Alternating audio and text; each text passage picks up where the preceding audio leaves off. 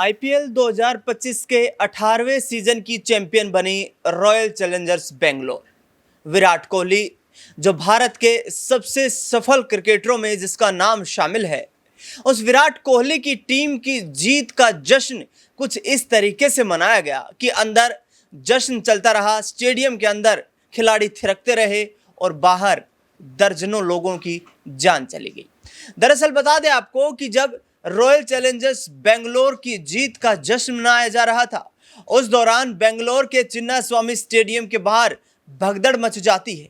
यह भगदड़ इतनी गंभीर थी, इतनी जानलेवा थी कि इसमें करीब 1 दर्जन लोगों ने अपनी जान गंवा दी है। लेकिन सवाल उठ रहे हैं कि आखिरकार राज्य सरकार और क्रिकेट एसोसिएशन क्या प्रबंधन कर रहे थे। राज्य सरकार की तरफ से साफ तौर पर कहना है कि जितने लोग स्टेडियम के अंदर थे, जितने दर्शक स्टेडियम के अंदर थे, उससे 2 गुना दर्शक स्टेडियम के बाहर थे। ऐसे में जो बेंगलोर पुलिस है उसने सीधे तौर पर यह एडवाइजरी जारी की थी कि इस कार्यक्रम को आयोजित नहीं करवाया जाना चाहिए। बता दें आपको कि बेंगलोर के चिन्नास्वामी स्टेडियम में जो कार्यक्रम आयोजित होना था, उसके बाद 7 से 8 किलोमीटर का एक ओपन बस रोड शो भी होना था, लेकिन उसे कैंसिल करवा दिया गया था, बशर्ते ये कार्यक्रम जो है स्टेडियम के अंदर ये चलता रहा। लेकिन अब मौत पर राजनीति हो रही है कि आखिरकार बाहर भगदड़ मची हुई थी और अंदर जश्न मन रहा था। किसकी गलती है? इतनी बड़ी ये चूक कैसे हो सकती है? प्रबंधन किस तरीके का था? क्या क्रिकेट एसोसिएशन इसके पीछे जिम्मेदार है? न्यूज़रूम के तमाम सहयोगियों से जानने का प्रयास करेंगे। मेरे साथ दीपक मौजूद हैं। दीपक, 18 साल के बाद आरसीबी को जीत मिली। जाहिर बात है कि देश भर में लोगों में इस चीज़ को लेकर एक खुशी का माहौल देखने को मिला, जश्न का माहौल देखने को मिला कि विराट कोहली की टीम ने आखिरकार आईपीएल टाइटल जीता है। लेकिन इस तरीके के कुप्रबंधन जिसको कहा जाए तो गलत नहीं होगा कि करीब 1 दर्जन लोगों ने अपनी जान गंवा दी इस पूरे जश्न के बीच। किसकी गलती नजर आती है? किसे जिम्मेदार ठहराया जाए? देखिए, कहीं ना कहीं इस पर प्रशासन पर ही सवाल उठते हैं, क्योंकि पहले जो पुलिस ने साफ कहा था कि यहाँ तालमेल नहीं बन पाएगा क्योंकि जो संख्या आने वाली है उसका अंदाजा नहीं लगा पाए थे। कारण ये था कि जब मैच होते हैं तो टिकट की बिक्री होती है, तो अंदाजा हो जाता है कि 50,000, जी हाँ, 50,000 या 90,000 लोग आने वाले हैं अगर स्टेडियम 1 लाख कैपेसिटी वाला है तो उस आधार पर उतनी सिक्योरिटी का प्रबंधन किया जाता है, पुलिस व्यवस्था का प्रबंधन किया जाता है। लेकिन हुआ यह था कि यहाँ पर फ्री पास था। फ्री पास के लिए जब अप्लाई किया गया तो वेबसाइट क्रैश भी कर रही थी, क्योंकि फ्री पास के लिए अब लाखों करोड़ों फैंस हैं आरसीबी के, 18 साल में जीती है, तो वो कहीं ना कहीं जीत का जश्न मनाने के लिए हर कोई वहां पहुंचना चाहता था, बड़े खिलाड़ियों की झलकियां पाना चाहता था। तो फ्री पास की कहीं ना कहीं लालसा में सबने वेबसाइट पर अप्लाई करा, लेकिन 30 से 40 हजार लोगों को ही वो कहीं ना कहीं पास मुहैया हो पाए। उसके बाद वेबसाइट क्रैश हो गई। वेबसाइट क्रैश होने के बाद पता चला कि तब अप्लाई करने वाले तो थे ही, लेकिन फ्री पास जिनको नहीं भी मिला था, जिनको उम्मीद थी कि वो किसी तरीके से स्टेडियम में चले जाएंगे, वो लोग भी थे। यानी जहां 30,000 लोग होने चाहिए थे, 40,000 लोग होने चाहिए थे, वहां पर 3 लाख लोग थे। इस पर पुलिस प्रशासन ने कहा कि तालमेल नहीं बन पाएगा क्योंकि संख्या का हम कोई मुआयना नहीं कर पा रहे कि कितने लोग आने वाले हैं, तो क्या व्यवस्था करें। लेकिन प्रशासन ने कहा कार्यक्रम चलने दीजिए। अब मुख्यमंत्री जी कहते हैं कि ऐसी घटना पहले भी हुई है, वो महाकुंभ का एग्जाम्पल देते हैं, लेकिन यहां पर तो चीजें काबू में की जा सकती थी। तो इस पर सवाल उठ रहे हैं। अब इस बीच यहां पर जो हादसा हुआ उसके बाद यह भी कहा गया कि भाई कहीं ना कहीं सरकार इस पर अपनी नाकामी छुपा रही है। इस्तीफा मांगा जा रहा है सिद्धार्थ मैया से कि भाई उनको इस्तीफा देना चाहिए, अपनी गलती स्वीकार करनी चाहिए, क्योंकि अगर प्रशासन इस मामले को कंट्रोल नहीं कर पाया, 11 लोगों की जो जान गई है और कई लोग जो घायल हैं, उनकी जवाबदेही कौन देगा? जो जीत का जश्न मनाने आए थे उनके घर तो मातम छा गया, तो इसका जवाब सरकार को देना चाहिए। बिल्कुल, सरकार को जवाब देना चाहिए। अमन जी मेरे साथ मौजूद है। सर, बीसीसीआई के उपाध्यक्ष राजीव शुक्ला का कहना है कि ये जो भगदड़ थी ये इस कदर मची है कि संख्या कितनी जुटने वाली है उसका कोई अंदाज नहीं था। तो क्या पहले इसका एक शेड्यूल जो है डिसाइड होना था कि किस तारीख को जश्न मनाया जाएगा? कुछ लोगों को यहाँ पर रजिस्टर करवाने की, इस तरीके की कोई बाउंडेशन लगाई जाने की आवश्यकता थी?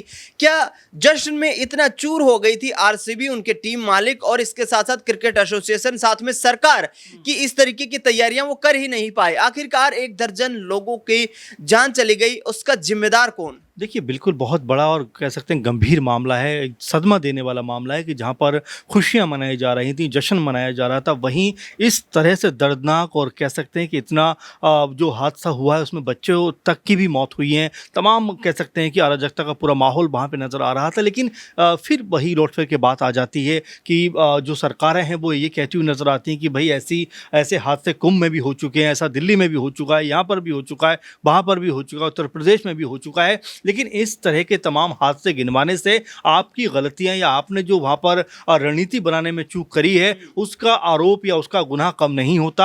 आप बेहतर कह सकते हैं इसका इंतज़ाम कर सकते थे। अगर पूर्व में इस तरह की घटनाएं हुई हैं तो उससे हमने सीखा क्या, हमारी सरकारों ने क्या सीखा। आज एक बार फिर इस तरह का हादसा हो गया तो जाहिर बात है कि ये कोई राजनीतिक मसला नहीं है, बल्कि इसका हल कैसे निकले, क्योंकि आप देख रहे हैं कि जिस तादाद में लोगों का अनुमान था आने का उससे बड़ी तादाद में लोग आ गए। तो उससे पहले इंतजाम क्यों नहीं किया गया। पुलिस अपनी कहानी कुछ और कहती हुई नजर आती है, सरकार कुछ और कहती हुई नजर आती है, लेकिन जो मासूम लोग, निर्दोष लोग अपनी टीम के साथ में इस जीत का जश्न मनाने के लिए वहां पहुंचे थे, आखिर उनकी मौत का जवाब कौन देता हुआ नजर आएगा। मुख्यमंत्री की मौजूदगी में, उप मुख्यमंत्री की मौजूदगी में जिस तरह से दर्दनाक हादसा हुआ है वो बिल्कुल ये बता रहा है कि ये मामला बीजेपी कांग्रेस का नहीं है, ये मामला है हमारे लगातार सिस्टम के फेल होने का। आप देखिए, जब कुंभ में भगदड़ मचती है, लगातार विपक्षी जो पार्टियां होती हैं वो योगी सरकार के ऊपर सवाल उठाती हैं। दिल्ली में इस तरह की का हादसा होता है प्लेटफॉर्म पे, तब सरकारों के ऊपर वो मामला उठाया जाता है। अब अगर जिस तरह से हम देख रहे हैं कि ये पूरा मामला हुआ है तो उसको लेकर भी सरकार की तरफ आरोप लगाया जाए, लेकिन फिर घुमा फिरा कर बात वही कही जा रही है कि जांच होगी, ये होगा, वो होगा। लेकिन जिनकी जिंदगी चली गई उनको क्या आप वापस लेकर आ सकते हैं। और दूसरा महत्वपूर्ण सवाल ये कि क्या सरकारों ने जिस तरह से इसको अनदेखा किया, क्या जिस तरह से इस पूरे मामले को कह सकते हैं कि पता भी था, क्योंकि इतना बड़ा माहौल पहले ही बनने लग गया होगा, लोग भारी तादाद में वहाँ पर जुटने लग गए होंगे, तो क्या शासन प्रशासन को पहले अलर्ट नहीं हो जाना चाहिए था। इतनी भारी भीड़ को एक जगह पर जमा करवाना, क्या इससे पहले इंतजाम नहीं करवाए जाने चाहिए। तो ये ऐसे सवाल हैं जो लगातार उठ के सामने आएंगे। लेकिन महत्वपूर्ण प्रश्न फिर वही आता है कि क्या सरकारों को इससे सीख लेनी चाहिए। क्या देश की तमाम जो सरकारें अलग अलग राज्यों में नजर आती हैं, क्या एक दूसरे की गलतियों से सीखने का प्रयास करती हैं या सिर्फ दोष एक दूसरे के ऊपर लगाती है जिससे समस्या का हल नहीं निकलता। अमन सर, यहाँ पर जो सवाल ये भी उठ रहे हैं कि आरसीबी का जो टीम मैनेजमेंट है, उनके जो ओनरशिप जिसके पास है, जो मालिक हैं, उनको भी कहीं ना कहीं इस पूरे मामले को जो है देखना चाहिए था और उसी के आधार पर अपनी जो जश्न की तैयारियां हैं उनको अंजाम देना चाहिए था। राजीव शुक्ला ने कहा है कि एक लीग मैच, एक लीग स्टेज का फाइनल यहाँ पर जीता गया है, इतनी बड़ी जीत इसे नहीं माना जा सकता है। दूसरी ओर उन्होंने कहा कि 5 बार मुंबई इंडियंस ने टाइटल जीता है, 5 बार चेन्नई सुपर किंग्स ने टाइटल जीता है, लेकिन उस वक्त इस तरीके की घटनाक्रम जो है घटित नहीं हुआ।